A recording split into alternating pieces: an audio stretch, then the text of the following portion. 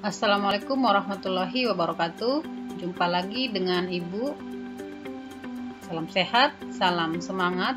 Untuk kali ini kita akan membahas materi mengenai konsep manajemen.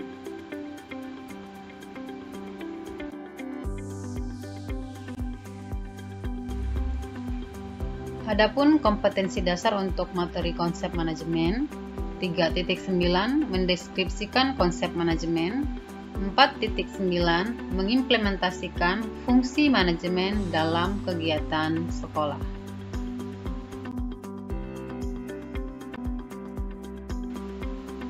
Untuk tujuan pembelajaran dalam konsep manajemen, diharapkan siswa mampu yang pertama menjelaskan pengertian manajemen, yang kedua menjelaskan jenjang manajemen, yang ketiga menjelaskan prinsip-prinsip manajemen, yang keempat mendeskripsikan fungsi-fungsi manajemen, yang kelima menjelaskan teori-teori manajemen, serta siswa bisa mengidentifikasi bidang-bidang manajemen.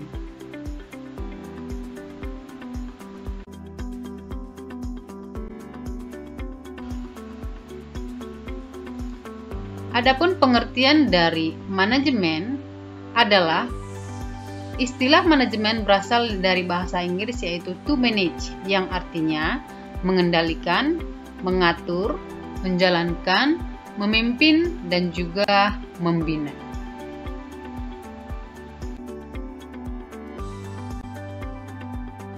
Ada beberapa pengertian dari manajemen menurut beberapa ahli. Yang pertama itu menurut SP Hasibuan. Beliau mengatakan bahwa manajemen sebagai ilmu dan seni mengatur proses dan pemanfaatan sumber daya manusia dan sumber daya lainnya secara efektif dan efisien untuk mencapai tujuan tertentu. Yang kedua menurut Griffin mengatakan bahwa manajemen adalah sekelompok orang yang bekerja sama dalam struktur dan organisasi tertentu dalam mencapai serangkaian tujuan tertentu. Berikutnya menurut Henry Fayol, dia menyatakan bahwa manajemen mengandung gagasan 5 fungsi utama, yaitu merancang, mengorganisasi, memerintah, mengordinasi, dan mengendalikan. Sedangkan menurut George R. Terry mengatakan bahwa manajemen adalah suatu proses atau kerangka kerja yang melibatkan atau pengarahan suatu kelompok orang ke arah tujuan organisasi.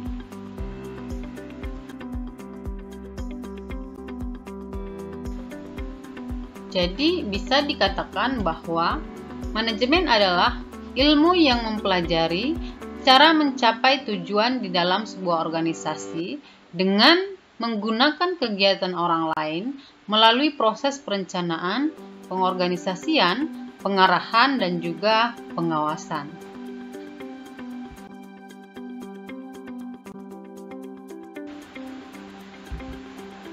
Adapun unsur-unsur dari manajemen, yang pertama adalah manusia atau man.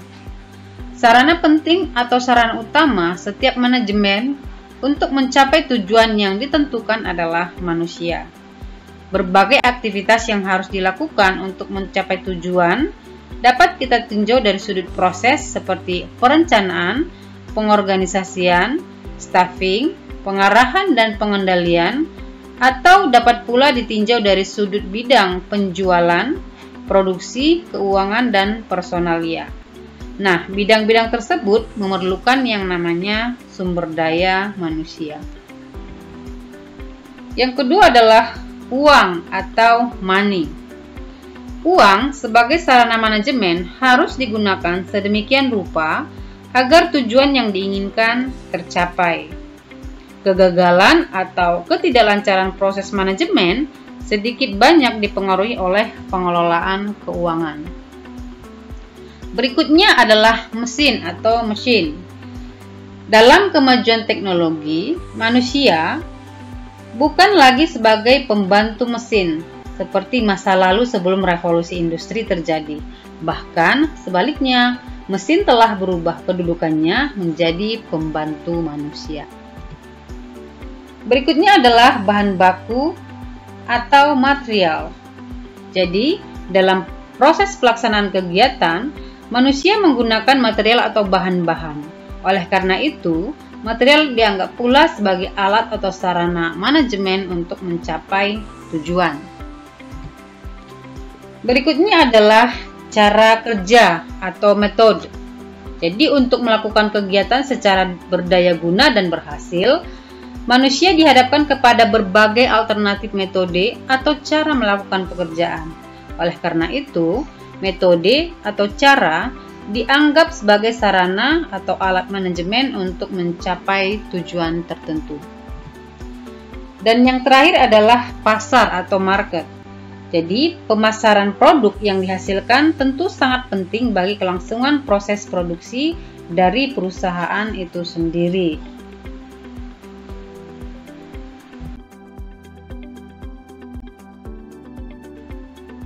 Adapun fungsi-fungsi dari manajemen adalah yang pertama adalah planning atau perencanaan. Perencanaan merupakan suatu proses kegiatan yang hasilnya adalah berupa rencana. Jadi perencanaan itu didefinisikan sebagai keseluruhan proses pemikiran dan penentuan secara matang hal yang akan dikerjakan pada masa yang akan datang dalam rangka mencapai tujuan yang telah ditetapkan. Yang kedua adalah organizing atau pengorganisasian. Dapat diartikan sebagai keseluruhan proses pengelompokan orang-orang, alat, tugas, kegiatan, tanggung jawab, maupun wewenang, hingga tercipta suatu organisasi dalam rangka pencapaian tujuan yang telah ditetapkan. Berikutnya adalah fungsi staffing atau pengisian jabatan.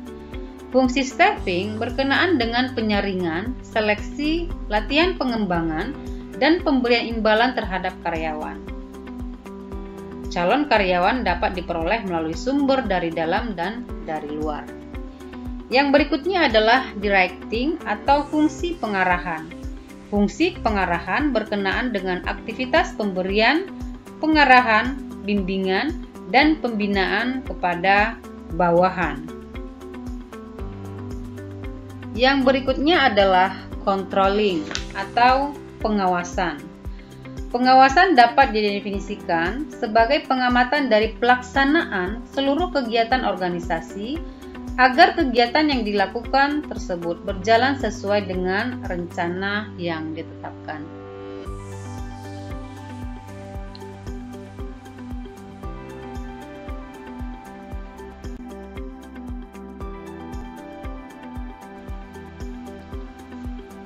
Berikutnya adalah mengenai jenjang manajemen. Ya, dari jenjang manajemen yang pertama itu adalah manajemen puncak. Kemudian yang kedua ada manajemen menengah dan yang ketiga ada manajemen pelaksana.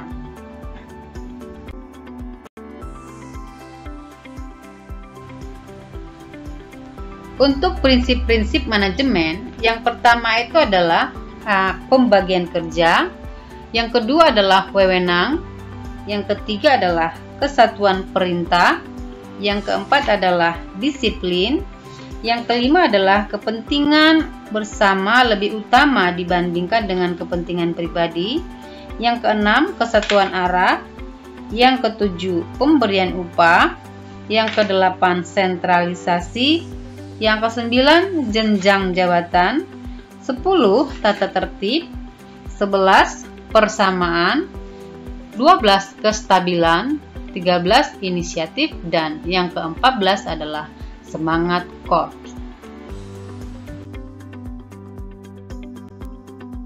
Kita membahas mengenai bidang-bidang manajemen, antara lain yang pertama adalah manajemen produksi, yang kedua manajemen pemasaran, yang ketiga manajemen personalia, yang keempat manajemen keuangan, dan yang kelima adalah manajemen administrasi. Manajemen produksi merupakan manajemen yang kegiatannya adalah rangkaian kegiatan yang terencana dan terkendali dalam rangka mengubah input menjadi output dan melakukan evaluasi terhadap output melalui umpan balik. Kegiatan produksi yang dilakukan oleh setiap produsen harus dilakukan secara efisien agar keuntungan dapat diraih. Jadi manajemen produksi itu berupa pengarahan dan pengawasan secara sistematis proses perubahan faktor produksi menjadi barang atau jasa.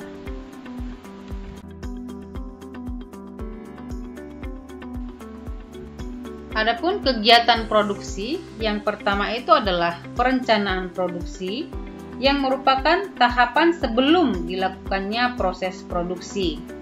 Kemudian yang kedua adalah seleksi dan desain produk. Yang ketiga adalah seleksi dan perencanaan proses serta peralatan.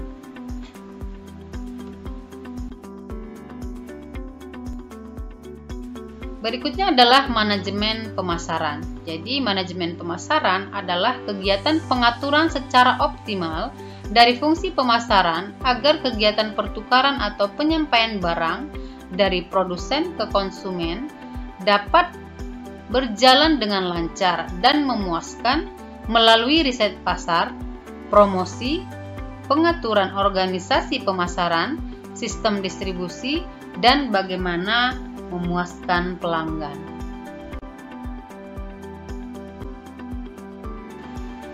Adapun kegiatan dari manajemen pemasaran adalah yang pertama, menganalisis kesempatan pasar.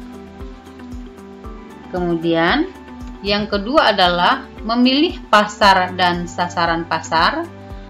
Yang ketiga adalah mengembangkan pemasaran. Yang keempat adalah mengolah kegiatan pemasaran.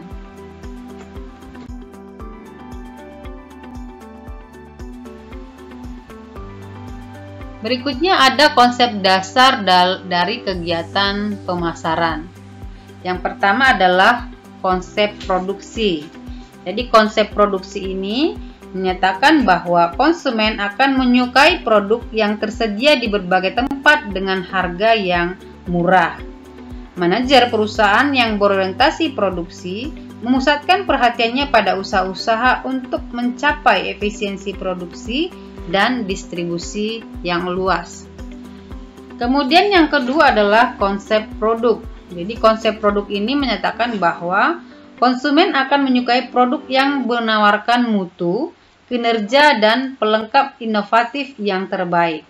Jadi orientasi dari konsep produksi adalah berusaha menghasilkan produk yang unggul dan terus menyempurnakannya. Yang ketiga adalah konsep penjualan. Dalam konsep penjualan, menyatakan bahwa jika konsumen diabaikan, maka konsumen tidak akan membeli produk perusahaan dalam jumlah yang cukup banyak.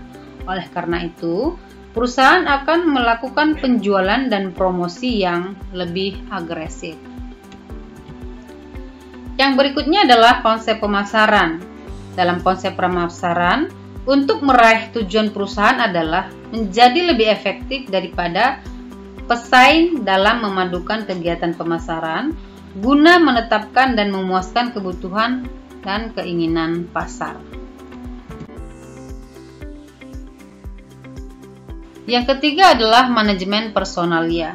Jadi manajemen personalia merupakan manajemen yang tugasnya adalah melakukan perencanaan, pengorganisasian, pengarahan, pengendalian atas pengadaan tenaga kerja, pengembangan, kompensasi, dan pemutusan hubungan kerja atau PHK dengan sumber daya manusia untuk mencapai sasaran perseorangan.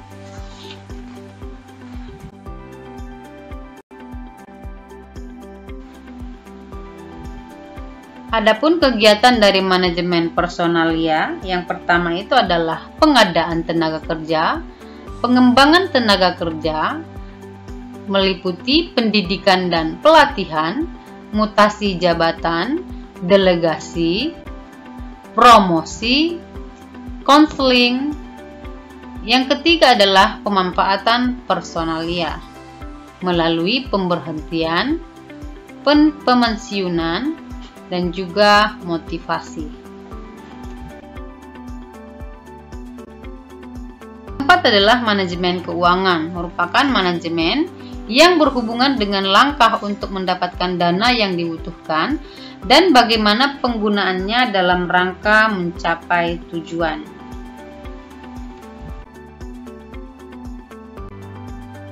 Adapun kegiatan dari manajemen keuangan adalah yang pertama, merencanakan dan melaksanakan kerjasama dengan pihak yang terkait dalam mencari dana.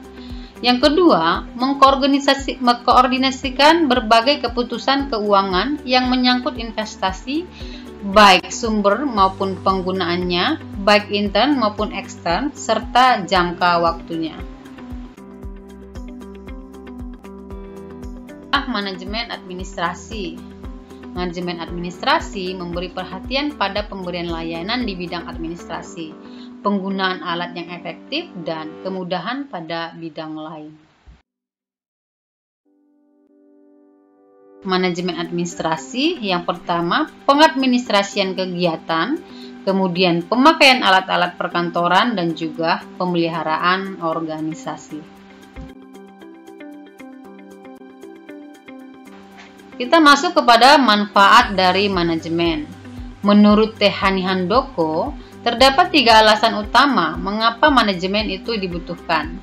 Yang pertama itu adalah bahwa manajemen dibutuhkan untuk mencapai tujuan yang telah ditetapkan sebelumnya, baik oleh pribadi maupun perusahaan. Yang kedua, manajemen membantu keseimbangan di antara tujuan-tujuan yang telah ditetapkan.